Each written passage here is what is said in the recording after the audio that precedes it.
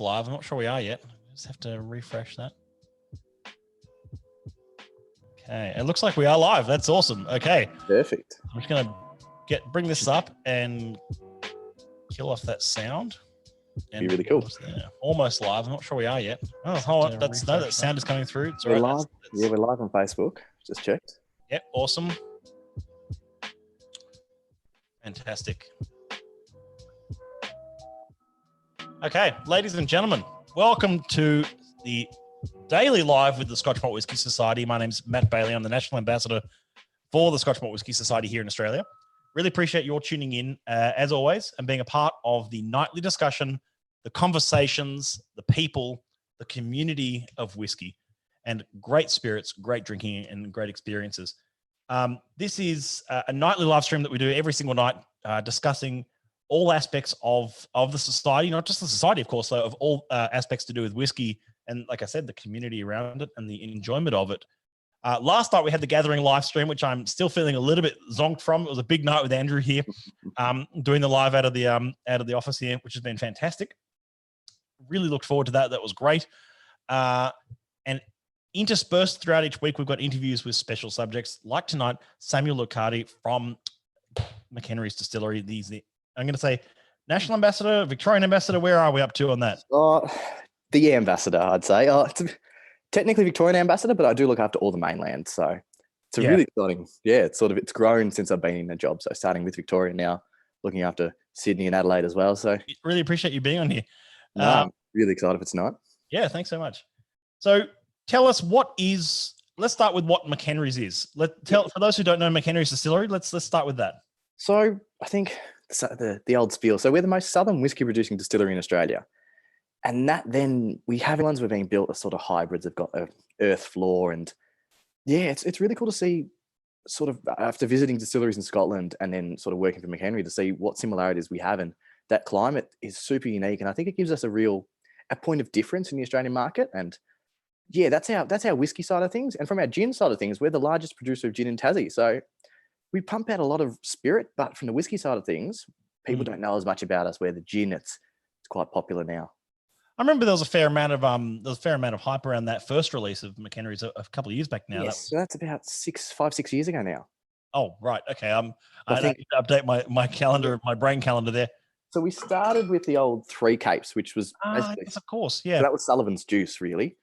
So this is an old 10-year-old. Yeah, so it's 10-year-old Sullivan's that we then finished down in Port Arthur, and now we're sort of moving towards having our own 10-year-old. So that's probably only a year off now of actually having a 10-year-old that we're happy to release. So we've been quietly, basically maturing and distilling away down there, and every time I go down there, there's something new. We've got new barrels we're experimenting with. So it's a really cool program, and I'm really excited to launch a lot of new products. What's the most northerly-most distillery in Tasmania then? Oh, it might be. I know Halliers on the spot. That's not like a gotcha moment. I can't think of it. Oh, it might be Halliers. They're quite high up. Yeah, Halliers more north than Launceston Distillery. Oh, I'm not too sure. I think anyway, it'll be one. Yeah. Yeah. So I just wonder how the difference in production, in spirit production and output would vary between like McHenry's and Halliers or something like that. Even between like McHenry and Lark and to Sullivan's, it's a big production difference between your Angel share, because Hobart's it's weird to say, but it's quite a dry city talking to the guys down there. It doesn't rain as much as everyone thinks, whereas we get a lot of rain and it's always cold. Actually, probably Alex is probably the best person to. Well, actually, it's funny you say that. Richard Matthews has just piped up and said that it is at Fanny's Bay. Could be. Maybe Fanny Bay Distillery. Yes, that could be the one. And Jack Berry says, wow, the Angel share is insane. That Angel share is insanely small for Australia. Yeah, I've got a little sample too, because I thought I wanted to show off, like, just from a pure color point of view, this is a 9-year-old. Yeah, it's a 9-year-old sample. And most Australian whiskey have that nice, dark, deep color. But for us, we're using bourbon barrels primarily. Amazing. Yeah, it's really weird because some of our barrels, like I get loose in the bonds. They let me loose in the bonds every time. And some of the barrels are dropping to say 55 to even 50%. So we're not too sure if they're a bit of a leaky cask or if that's just how quick they're losing that. But yeah, I think I'm really excited to sort of release some of the cask strength stuff at a 52, 53% to see how that goes. And then even last summer wasn't great for us because it's the first time we've ever had the ABV rise. Yeah. So And that's just a challenge we're going to have to face. But that's the reality for most of Australian distilleries. So we'll just adapt to that. And you just mentioned before that you're using primarily like bourbon barrels. We are. So that's always been Bill McHenry's. What's the decision behind that? So Bill wanted to create a Scottish style whiskey at first, but he always wanted to use big casks and have big age. So we've never matured fully in 20-litre casks, and that's not something we'll ever do. So we started off with hundreds, then we moved to 200s. We're not even, now it's between 200s and 300s and whatever other weird stuff they sort of buy and decide to fill. But yeah, when you walk into the bond store now, that's pretty much 200s and 300s. And I love seeing that. I think it's a really good step for us. I think, yeah, I love that we are doing that sort of barrel regime. That's amazing to hear, because I'm a huge advocate of ex-bourbon barrels being used in Australian whiskey production, but we'll talk more about that in a moment. Yes. Where I want to get to first, however, is the fact that you are probably one of the youngest whippersnappers in the whiskey industry. I think I am. You make me feel like an old man. Don't worry. And it's kind of that. And I love to hear your story, and I'd love for you to tell our members your story about how you got into the whiskey industry and what the launch pad moment for you was in many ways. It's sort of I think the same as you. I don't come from a traditional brand ambassador's point of view, background really. So I think basically the journey started was halfway through my first year of uni. I bought a bottle of whiskey. It was a bottle of Glenfiddich 12, and I've never opened it. It still sits behind me now. And basically that started, like, I always had a fascination about spirits. My mum and dad don't drink. So my uncles have always loved whiskey on both sides of my family. And then on the Italian side, it's always been the wine and the grappa, the limoncello. So it's always been part of your family cultures. And I think that sort of had to play a part. But then when I turned 18, I bought a bottle of Smirnoff Gold with the gold flakes in it. And I still credit that as my whiskey journey in a way. And then gold flakes. I know. And so from there on, I just kept buying different bottles, and I used to buy them on how they looked until I bought that first bottle of Glenfiddich. And I think that was to do with, in my study, Dad had bought a sample pack from the 80s, and I always used to see the pure malt, the Glenfiddich, and that was the first one I bought. From then on, I haven't stopped buying them, and that's 6 years later now. So I think from there, halfway through, I bought 3 bottles, and I thought, I saw all these things on Instagram being like bottle accounts. So I thought, I'm going to start Whiskey Man Sam, and that's sort of where that came from. And then that's how I really got into drinking whiskey, learning about whiskey.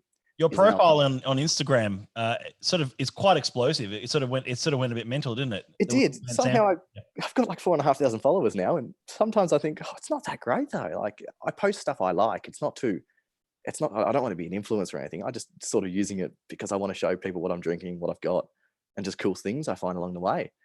So that's sort of how I got into it. And then I'm really lucky that we've got the Elysian, Bad Frankie, and Whiskey and Almond. And I just started going to tastings. And from there, I found out what a brand ambassador was. And that's where I sort of thought, I want to be that. Like, I think I could be pretty cool at that. So that's where I started. And I think the first ones would have been Ross Blaney from Balvenie and Emily Andrews, who used to be the Chivas ambassador. And then, basically I started to follow more. I followed you, and I found out what the SMWS was. Look at people like Alex Moores. And I think they're the people who sort of started my sort of thinking I could be a brand ambassador. And then, sort of going through uni, I was working in a cafe. So I had that hospitality sort of experience. And then, so I studied politics and sociology at uni. So not really anything to do with alcohol, but I was really lucky that. Well, it could be. It's somewhat related. Yeah. Exactly. And I was very lucky that my lecturer let me do a lot of work. My head of sociology let me do a lot of work on the alcohol industry. So I started off looking at the other side, looking at the government, looking at all the different factors about how it influences health and things like that. And I think that's given me a really good base and understanding of then how I can be a brand ambassador and keep it within that drink-wise sort of limits. And I think it gave me a good rounded view, so I've got both sides of the equation. So I think that's maybe better. And then, I finished uni, I graduated, and I actually had 3 interviews teed up with distilleries. So I had McHenry, I had one with Brown and Foreman over in the UK, and then I had another one with Adam Brands. So I had 3 interviews in a week. It all came very suddenly. And I had the McHenry one on the Monday, and the next for the next week. And I had the interview with Bill on the Friday, sorry. And then by the Monday, he offered me the job. And that's how I got into, being a brand ambassador at McHenry Distillery. So yeah, that's amazing. Yeah. So it's really cool to do. What a launch pad, and what an interesting start to the to your trajectory in it as well. It was very sudden. So sort of just from going to posting bottles online and going to tastings to then being on the other side of tastings. And it's been amazing. Some days I still need to pinch myself and think, oh, I'm actually doing what I love and what I wanted to do. So yeah, I'm very lucky. David Carolyn Taylor says, that's amazing that you lose ABV. He's talking at the distillery. Yeah, it's sometimes we think, oh no, it can be a bit of a pain, but then we think how lucky we are. Because I think sometimes we're in that Australian whiskey mindset where we need to think we almost need to have a Scottish kind of mindset just due to the climate. So it's a weird hybrid environment we're in where we have to have different mentalities to, I think, a lot of other Australian distilleries in terms of our maturation process. Yeah, absolutely. And that's and there's a few other comments here. I'll get through now. Definitely. He said, yeah, it's amazing you lose ABV. Yeah, we covered that. A big hi from Crafty Field. He says, say hi to the Bills. Crafty. Yes, I'll definitely say hi to the Bills. Yes, plural Bills. I'll talk about them after. And Richard Matthews, we covered that. Yes, he is about 120 kilometers further northwest from Launceston. There you go. Okay. And Jack Berry asks, do McHenrys have car strength releases at this stage? We do, but due to coronavirus, we didn't get to release them. So the latest one we did was, I was really lucky that the Bills basically said, you choose. So for the first time ever, I didn't actually release a bourbon barrel. It's a full port maturation, which is, we don't have many of those, but I thought I want to showcase what our spirit can do in a different type of barrel. And you get a lot of those same base flavors coming through, but then you do get those nice port cask influences. So then what we did is we actually saved 12 bottles at cask strength, and we're going to have a big launch in Melbourne. But due to everything that's going on, we thought, let's just wait and actually talk about that in person, host a tasting, because we really want to showcase what it is cask strength is in person before we then put it online and see what people think. Yeah. So yeah, definitely cask strength. It's going to be something that's a lot in the future. So yeah, definitely in the future ahead. Yeah. I mean, we'll come back to that point on cask strength in just a moment. After I get to this, one more question here from Irina, who says, she asks, where are you getting your bourbon barrels from? We mainly get them from 3 different American distilleries. We get them from Tasmanian Cask Co and places like that. But the original ones were all Maker's Mark. And then we've moved towards Russell Reserve. And then we've got a lot of, Russell Reserve, Heaven Hill. I really like the Heaven Hills. But then we've got these Hill Rock Estate barrels, and they're weird. They're really weird. Like inside on the actual staves, they've laser etched hexagons into the char. So in theory, there's more wood interaction. We don't know what it is, but we think we bought them. We didn't know. So we'll see how they go. It does sound a little bit gimmicky, I'll be honest. I think so. So we don't really know what they're going to turn out like, but it's a good experiment. The car samples they're tasting pretty cool at the moment. Yeah, awesome. So there's a great discussion to be had when it comes to why you used what the whole goal behind wanting to use bourbon barrels is. Like that was sort of like one of the points that we were just touching on before. Yeah. There's going to be, I mean, as you see especially in Australian whiskey industry, a lot of distilleries lay exclusively into ex sherry, ex port, ex wine. Yeah. So what was the decision to sourcing barrels that are actually objectively harder to source than local wine barrels? So like a distillery example, like Starwood would be one. Yeah. I think it's Bill's preference. And I think that's what I really like about us is we're still following what Bill wants to do. And that's something I really like. I love what Starwood do with the red wine barrels, but we've tried some red wine barrels for us and it didn't work. Where I think he likes whiskies that are matured in bourbon barrels. And that's what he wanted to make. And I really think that's cool that he's still making his dream. And it's nice and sentimental, but at the same time, I think it's a really cool long-term business decision. So he's chosen a cask profile that he prefers to drink as well. Yes. And that then reflects the ABV of our releases. It's what he prefers to drink it at. And what is that, sorry? 44 normally. 44 normally, yep. So, and that's, sometimes I get asked all these technical questions like, oh, why do you have it at that? And that's what Bill and Ali, his wife, that's what they like. So I really quite like that. It's a very simple answer to that. There's a comment here from Jared Huxhold, and if for those Jared who works at Starwood, says, how good are full-sized bourbon barrels, man? I know. And with an upside down face, because yes, they are great. And we may as well actually use that as a comment to segue into the next point I want to make. But before I do, Lee Wallace says, Sam, for people that haven't visited Bill's Distillery, you should mention the spring water supply coming through the limestone. Yes, great point. I think we're really lucky to have, I think we've found 26 natural springs now. So they pop up every now and then when there's more rain, but the main aquifer itself sits at the top of Mount Arthur. And what the Bills have done is they've basically plumbed in to the aquifer and they've just run hoses down the mountain. And then they go into our storage tanks and they basically, that's the water we use for cups of tea, distillation, the spa baths they've made out of the hot water coming off the still. So it's beautiful water. It's super, because it's filtered through the Quite dolerite. mineralic, or It is a little bit, because it goes through the dolerite and the sandstone. You get those. It makes a great cup of tea. That's the best way I can describe it. And then once you use it for distillation, it's even better. So and then we use that to temper down the whiskies and the gin as well. So I'm a big Earl Grey fan, so I'd yes. have to come for a cup of tea sometime. Definitely come down. So I think that sort of gives us a great advantage of having our own water supply. We're not going to run out. It fills the whole distillery up. So we're super privileged to have that. There is a comment. That comment from Jared sort of sparks sort of the second part of a bit of a discussion I want to have with you tonight about. He sort of says, how good are full-size bourbon barrels? Now, I couldn't agree more, Jared. And we're seeing that more and more.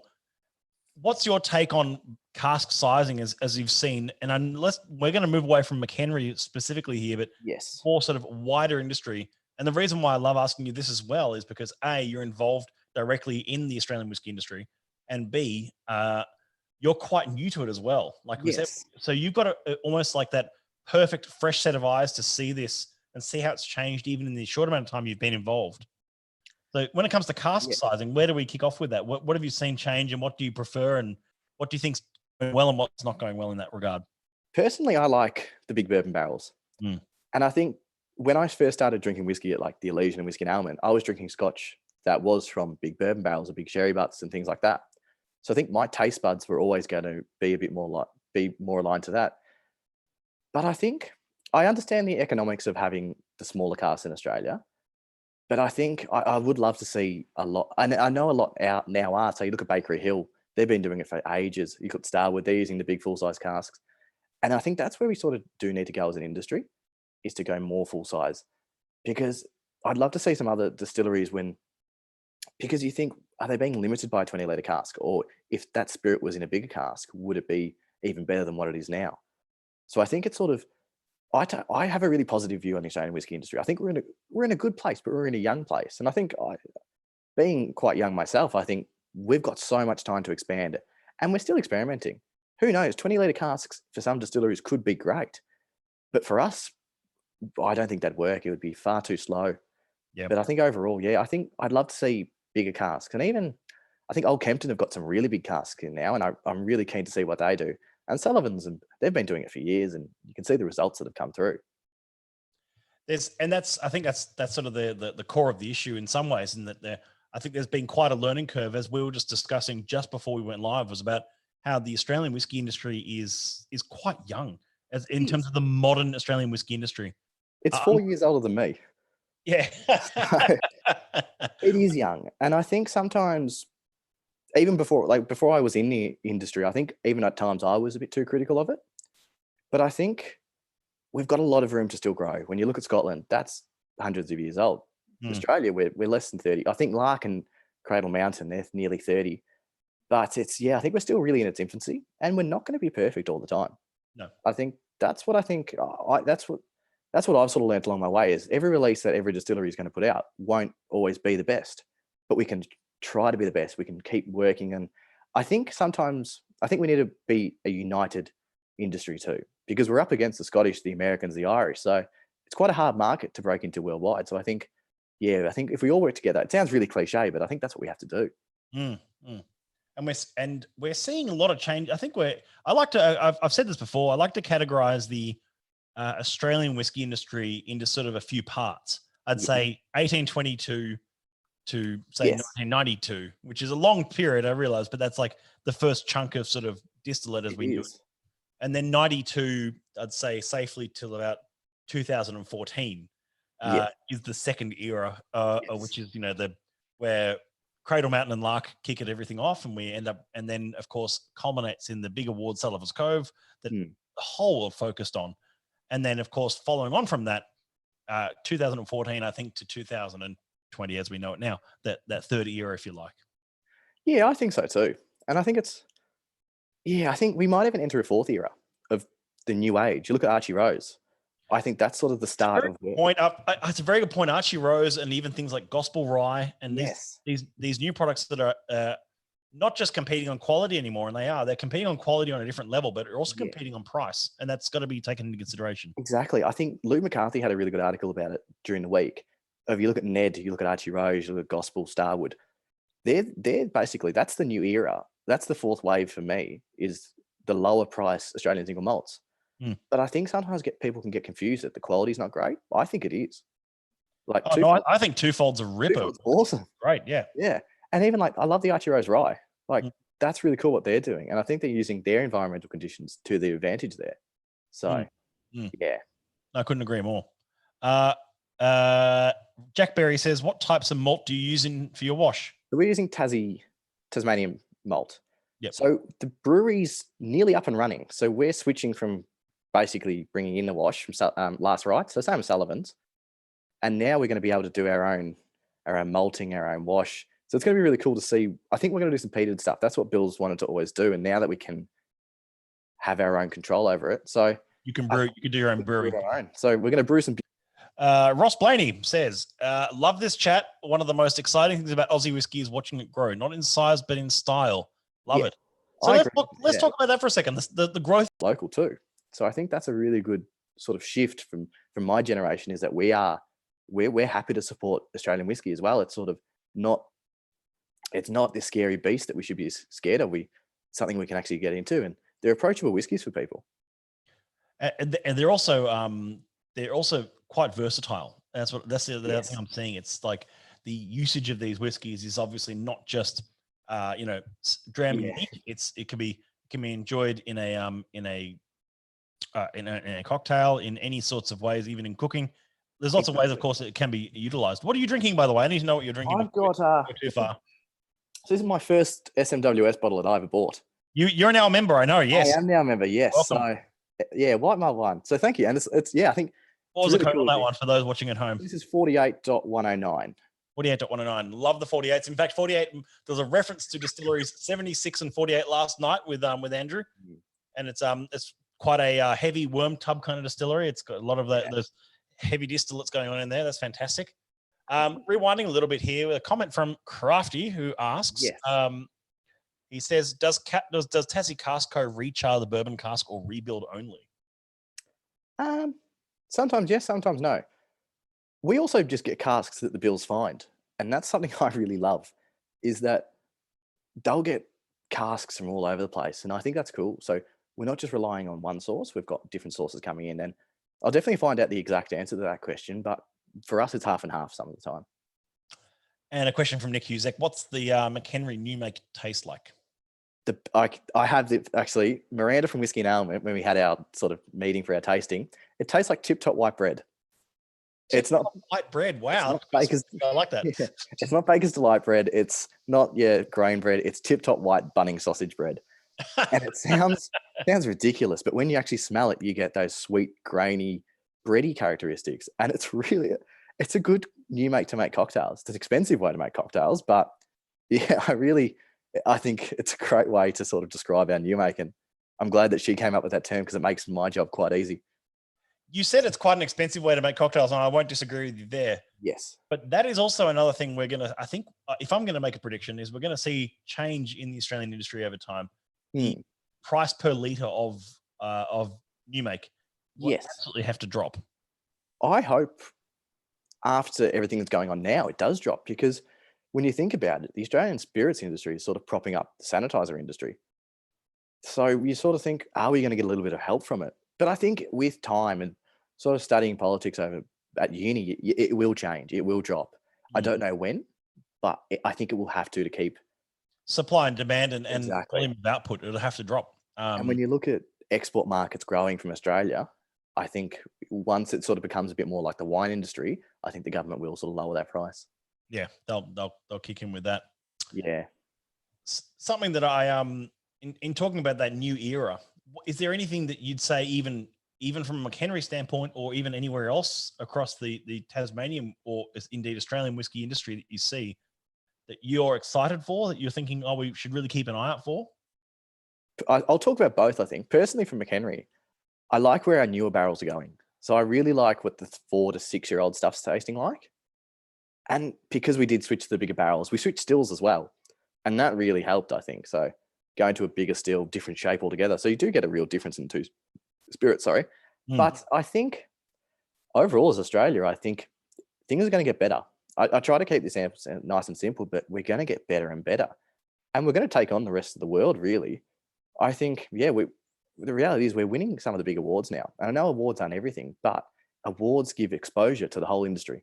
So when an Australian whiskey does win an award, it's great for all of us because people think, we'll go check out more Australian whiskey. So I think Australian whiskey is going to get better.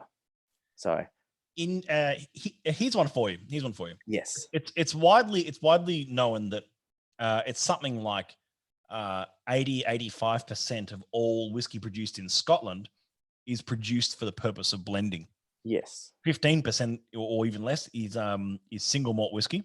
And then a fraction of that, and I mean like 0.001% of it, is for single cask, single malts, like what the society does. So if we think about 85, 90% of all whiskey produced goes in for blending, do you ever see that being something that perhaps the greater Australian industry might better adopt in time to come? I think so. Because right now there's a lot of focus on single cask and a lot of focus on single malt. Yeah, I'd like to see it. I think we've talked about doing some blending, but we don't know where to start with it almost. Like, do you go at just a vatting of different casks, or do you use grain, or do you blend with other distilleries? So I think we've got lots of options, and I think we will adapt. But I think at the moment, because we don't have a lot of distilleries don't have a lot of stock, that's why they do the single casks. But I think we should always be open to change. And I think that's going to be really exciting to see. Do we do some blends, and will there be interdistillery trading like there is in Scotland? So especially in the context of how many single malt brands can the industry sustain? I think so. And there's more and more every day now. So I think we're almost going to have to adopt that strategy to sort of keep everything going, or else will there be too many single malts on the range? Yeah, that's a good point. Great question again from Jared Huxhold here, who says, if it's not a secret, how much whiskey are McHenry's producing a year? That's a great question. And I can actually tell you that. At the moment, we make about 3 barrels a week, give or take how our gin production's going. So yeah, between 2 and 3 a week. With the brewery being built, we're hoping to sort of be doing a barrel a day and then getting bigger and bigger once we grow our team. Because in terms of sort of 1,000 liters a week up to after the brewery, yep. So basically at the moment, we've only got the 4 full-timers. So myself in Melbourne, our ambassador in Tassie, and then Bill and Bill. So we're not the biggest production team. So we've got all our part-timers as well. But yeah, we're still, gin's our main focus still. But we're starting to really ramp up the whiskey production. Yeah.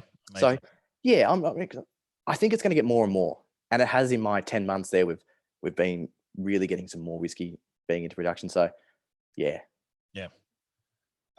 There's been a great number of questions, and everyone's asking some great things tonight. I really appreciate it. For those who have just tuned in, I'm here with Samuel Lucardie from McHenry's Distillery, chatting about the Tasmanian industry, the Australian industry, about McHenry's, about his journey. It's been a wild ride so far. Now, there's a comment you said earlier that I wanted to go back to. Yes. Which was about how you're the biggest gin producer in Tasmania. Yes, which is really surprising. I had no idea about that. Yeah, if you would have asked me that, I would have said, 40 spotted or something like that, in my head. So if you go, I never knew that before I started too. But then once you sort of go to the Tassie bars and you ask, like you've got a Society, Salamanca, Gold Bar, things like that, and you ask for a G&T or a vodka lime soda, it'll be McHenry. Like we've sort of got into the house pour market there, which in Melbourne we could never do because it's just a different beast. Super competitive. I mean, that was, that's true. Yeah. But I think that's how we pump out a lot of gin every year, and the slow gin, that's an enormous amount of effort and production goes into that. And that's why we export a fair bit of it now too. So we're really lucky that we have a big export market.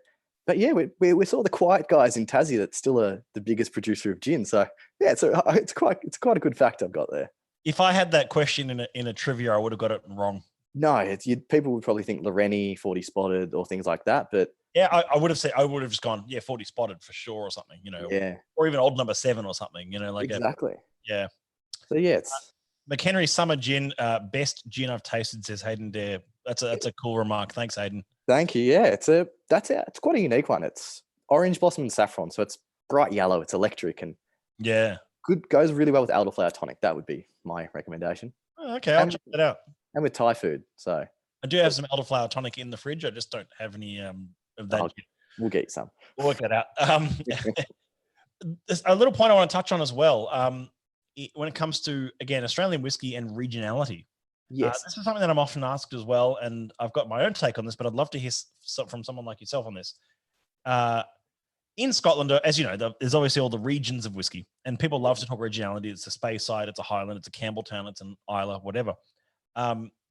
We don't really have set regionality in whiskey in Australia, and I'm quite fond of that, actually, if I'm being honest. I like to refer to Australian whiskey as Australian whiskey. I don't even like to personally separate Tasmania from Australia when it comes to Australian whiskey. I think it's a bit silly. But you do actually see regionality in popularity when it comes to these products often, in that you see that, like, for instance, as you just said, the your gin it's a household gin in Tasmania now.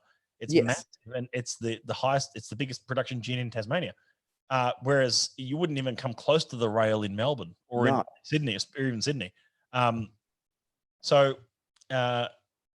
would you say that's a sort of a symptom or a byproduct of regionality, or is that something that is desirable, or would you, or either way? Or I think so. I think it's weird regionality for us because from a production point of view, we are unique. But I think sometimes we sort of may need to stop saying Tasmanian whiskey. Because when I do events, I'm not saying we're Tasmania's most southern whiskey distillery. I say we're Australia's most southern whiskey distillery. And it's a hard question because I know it comes down to that loyalty and sort of patriarchy to your state. But I do consider us an Australian whiskey. We are a Tasmanian whiskey, but I think we're Australian whiskey too. So I don't know if we have the history and the flavor characteristics to say we are regionality and things like that, because you're not getting your big Islay whiskies. We're not really replicating that in Australia. A lot of distilleries doing peated whiskies, but they're localized peated whiskies in a way. So I think my comment about not being a Tasmanian whiskey, that might annoy some people, but that's how I look at it. I think we should be looking at the Australian industry, not just Tasmania. And that's what I'm sort of going back to, that fourth stage, is becoming a united industry. Yeah. It's a tricky one because even I'm sure they won't mind me saying this, but it's true. I mean, Archie Rose is not a really big thing in Melbourne. It's big, but people know it and people enjoy it. But Starwood's big in Melbourne, and it sort of works vice versa. Starwood's not huge in Sydney, but it's huge in Melbourne. So it's like, so even for the bigger distilleries like those two, and you sort of see these, that's the regionality argument is sort of like where we enjoy it, and the sort of, like you say, the statism or nationality of those spirits. And I find that an interesting discussion because there's a lot to be had there. I think we almost have to go one or two ways. You either don't have regionality or we have set regionality. You have like what Dan Woolies do up in Byron, because that's going to be really different from what's in Melbourne. Big shout out Dan, because he's just joined the stream. Yeah. So I think that probably we have to. I think we either have to go one or two ways. I don't think we should have regionality because I think we should be moving forward together. But even in Victoria and Sydney, you're getting whiskey that doesn't taste the same. Where you look at Speyside, there is that Speyside characteristic. Where if you look at, say, Bakery Hill and Starwood, they're very different. Yeah. And it's only a couple of Ks, it's a few Ks apart, but even Gospel Rye and Starwood, city distilleries, but very different. Yeah. Let's have a look. I think we've grabbed all the comments from those pages in that one. Dan Woolley says, "Hey, boys. Hey, Dan." Hi, Dan. I'm pretty excited to see if I can get a bottle of his. Yeah, no, I'm looking forward to Highwayman as well. That's going to be great. Good label too. And that's how I started buying whiskey, on a good label. So I think that's won me. I still do it today. Like, I don't even care what, like this is going to be embarrassing, but the White Walker, I'm already going red. I've bought 3 bottles of it. Because you can put it in the freezer and it changes color. It's so good. And that's who said aesthetic marketing doesn't work? Yeah, so exactly. And I think that's what I still like, is that I drink some pretty bad stuff, but then I drink some really good stuff. And I still like that I can just switch off. Yeah. Well, you see here some brand ambassadors and they can't switch off. I enjoy all sorts of core range bottling. Yeah. Absolutely. I mean, I drink mostly society single casks, but I still can enjoy all sorts of things. You have to maintain, I think, a sense of diversity with your palate and a sense of objectivity with what's going on. I think so too. And I think it's important to sort of sometimes take a step back from the industry and just enjoy it. Because I think the gin industry is a whole new thing altogether. That's almost a bit more full on because there's the gin craze is still I think it's still peaking, where the whiskey industry is very different. So I think I'm really lucky to work in both of those. And I think I become better in each of those industries due to my experiences in both. Yeah, amazing. Mark Teague says millennial marketing. Definitely, yes.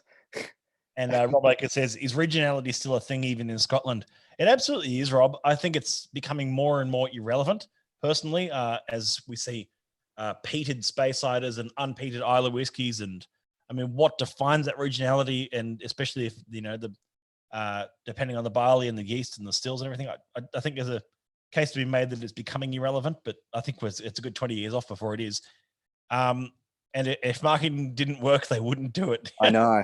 Couldn't say it better myself. It's true. Yeah. Yeah. And I get sucked in all the time and I don't really care. Like there's some bottles I buy and I think, why did I buy that? But I do. I do it.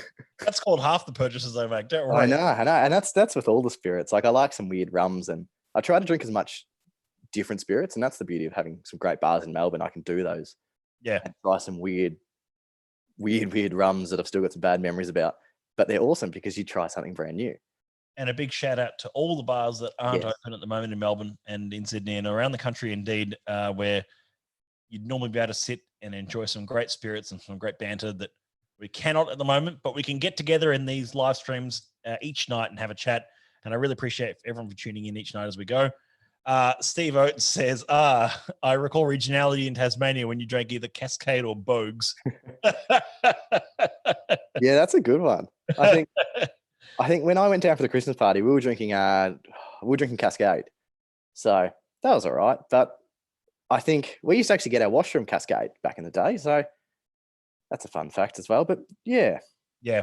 I think a lot of Tassie distilleries got their wash off Cascade or Bogues for a long time. Yeah. I think in Melbourne, it's like the Cascade Bugs is like your Melbourne Bitter and VB. It sort of depends on which side you're from. VB. Oh, Melbourne Bitter. Union Fitzroy. I don't have a choice. Yeah, true. Nick Husek says, what do you think about differences in gin and whiskey demographics? Is McHenry switching people over? That's a great question, Nick. That's a really good question. It's something that I want to have people my age drinking more whiskey and gin. And that's sort of just a personal thing that I want. And I love like showing not even our products, but all Australian gins and whiskey to my mates and thinking there is other stuff out there. And like, I love what Four Pillars have done. Like they've dominated the gin market and they've done it really well and they produce a good product. And the same with Archie Rose up in Sydney. I think they're the two comparisons, but I think it is starting to shift. Even when you go to the fanciest bars, it's getting younger and younger, the demographic. And I think if that's something that I can do is to not ostracize the older demographic. That's not what I want to do. You want to introduce the younger demographic. So I think that's something really important to me. And that's a real aim and goal is to not just educate about McHenry products, but to educate about Australian products. Oh yeah, absolutely. And as you've been saying, like educate on the wider topic of Australian whiskey. Yes, I think so. Big shout out to Aaron Tan for joining in. A few other people joining in here as well. Jackie, good to see you. Jeff Darby says nothing wrong with a cold Bogues. No, nothing wrong at all. And John Janowski says Carlton Draft, gents, on tap. That's where it's at. Actually, John does have a point there. It's going to be quite lovely to get back into a pub and just have a Carlton. Oh, I had a friend on Facebook post a photo yesterday of a homemade schnitzel and chips, and I just part of me went just a Parma and chips. Sorry, and it was sort of like, I just can't wait to have a Parma chips and beer at the pub again soon. It's going to be. I can't wait to walk around Melbourne, and like normally, one of the best part of my jobs is going to bars and bottle shops. And I can't wait to get the train into Flinders Street, walk up to Gin Palace, have a martini because they forced me to. Oh, it's great. And then go to Whiskey and Element, go to the Elysian, go to Bad Frankie, and just do the rounds of all the institutions, I think. So that's going to be really cool when I get to do that again. And yeah, last night I was like at the tasting, I was like, I can't wait to get back to a tasting. Yeah. at our tasting last night. Yes. Yeah, God. No. I felt the same thing broadcasting from here last night. That whole sort of like, man, I can't wait to do this in front of an audience next time, in front of people, and that feeling of being in a room full of people is fantastic. You can't beat that. That's fantastic. No, and I love going to tastings. And it's a question I sort of get asked is, as a brand ambassador, shouldn't you not be going to them? And I say no. I like whiskey. And that's the thing. I like whiskey. If I want to go to a tasting, we should all be able to go to a tasting. It doesn't matter what brand it is. It's also education. I learn, and yeah. The educational part for me is hugely important. And that for us at the society, it is. It's that whole sort of educating people on the broad spectrum of good enjoyment and learning about the distilleries and the history as well. That's, I really agree with that. Yeah. Hayden was replying to Steve's comment before, and he says the looks I'd get from drinking a Boag's Premium in Hobart. You're not allowed to drink Boag's Premium in Hobart anymore. That's only niche craft beers in Hobart these days. I'm sorry that a lot of craft little breweries over there. Zeno says, good luck. I've tried to get 20 and 21-year-olds to drink good whiskey, but they're uni students and are cheap and rather get effed up. But I hope Sam can lead the way. Hashtag millennials stand together. Yes. I think you got full support on that one. And Ross Blaney says, is it a Palmer or a Palmy? You know what? Before we get into that, and Andrew made a remark on this last night when he pulled me up and said, at least he doesn't say heresy, because in a stream a few days earlier, I accidentally said heresy instead of heresy. So that was my mistake. I mispronunciated the word. And so maybe I said Palmer, but maybe I meant to say Palmy. I reckon Palmer is the singular and Palmy has to be the plural. I think being Victorian, I'm going to have to say Palmer. Yes, Palmer for the win. Yeah, that's it. I think we should be focusing more on the regionality of a Palmer or a Palmy than the regionality of Australian whiskey. Where the Palmers come from, yes. Yes. Regionality. I know. So that's my millennial brain thinking. And Jack says, if drinking at bars is work education, can you claim it on your tax? Actually, Jack, yes, you can. I haven't actually worked. I've only been in a job 10 months, so I haven't even got to tax time yet. So I'm yet to find that out. I'm going to tell you right now, you can. Lovely. That's going to be a nice little rebate. Get a good accountant. Yes. And Jack Berry says, this is actually very true. And I know we wrote an article about you, Jack. Jack was a society member as soon as he turned 18. That's awesome. This millennial loves good quality spirits. I think it is changing. Like, even when we go to nightclubs, some of my friends, they don't want the cheapest vodka in their vodka lime and soda. They want something nice. And I think that's going to be the start of it. That's the start of the renaissance of, I think, Australian spirits too, because I think I'm pretty lucky to work in a distillery that makes a variety of spirits, but I think Australian spirits in general are exciting. I like the rums we're producing. The gins are amazing. And there's some really good vodka too. I think that gets sort of pushed around a bit, and even brandy. We've got some cool little eau de vies and things like that. So yeah, I think us millennials, I think at the moment we can't afford anything, but once we have a bit more money, we can definitely buy a lot more whiskey and other spirits. I have tasted some amazing Australian vodkas. I'll give you that. And especially, I mean, amazing Australian gins is a given, but pardon me, that I think that we've seen even a craft movement there in just as that hashtag goes, drink better booze. Yes. Yeah. And that's exciting. I mean, because it's changing the industry, it's changing the scene and how we approach spirits, and locally or otherwise. Yeah, I think so too. I think I've been saying a lot, but I think it's really exciting. We're in a really exciting phase, and I think the other side of this, I think it's going to be a bit of a boom because people are going to be back out there and they're going to want to try local things. So I think it's going to be a really exciting time to see what happens. There's Jared Huxhold says tax refund, baby. Yes. And Jack Berry says millennials love supporting local artisanal products. We're the perfect market. We are, like garden markets. We look at Salamanca. Early adopters, yeah. Exactly. Like the prime example for us is Salamanca market. It's a wide variety of demographics, ages, and I think I love to see that. Absolutely, yeah. Mate, it's been absolutely nice to talk with you tonight. It's been a pleasure. It's like you and I chat every so often, and we bump into each other. We bumped into each other at a few events in Melbourne and whatnot, and it's been a lot of fun. And of course, the whole idea behind these each night is to bring our members together, like yourself, as well as a member and as an ambassador and someone working in the trade, has been just fantastic. What a great set of questions coming through from people tonight as well. Really appreciate everyone who's been tuning in and saying hello or throwing some questions out. One last one here from John Janowski, who says tastings are vital for the industry. BAs, as in brand ambassadors and other industry members, can only benefit from it, as well as drinking good whiskey in good company. Couldn't agree more, John. Yeah, and it's been a pleasure to bump into you as well along the way. I think, events are great because at the end of the day, you're creating a product for people, and people are the best part of my job.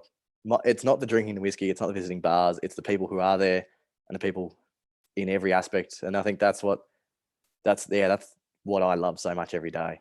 That's the community aspect of it, isn't it? It is. Yeah. And good chat tonight, Matt and Sam. Thanks, Jared. Really appreciate you tuning in, Jared. And I really appreciate everyone who tuned in, watched along, asked some questions, and had a laugh with us. We'll see you all. I'll see you all tomorrow night for a very special chat with John McShane, our SMWS Global Ambassador. I think this will be the first ever Zoom chat he's ever had. So we're going to see how we go with that. If it doesn't work, you'll have just me. We'll see how we go with that. And in the meantime, I want to just extend a huge thanks to Samuel Lucardie from McHenry's for joining us tonight. Oh, thank you. It's been an absolute pleasure. I think being the baby of the industry was I was pretty shocked to be asked to come on here, but it's been great. And I love everyone who's been commenting. And I think to Bill and Bill, thank you for giving me the job, and Ali, and to all the whole Australian whiskey industry, thank you for making my job great and keeping my passion alive. Big shout out to Ali. I'm sure you're tuned in tonight, but I hope you'll get to watch this later. Absolute legend. Absolute legend. And I'll catch up with you all tomorrow night. And again, thanks to Sam, and thank you very much, guys. See you all soon. Cheers. Cheers.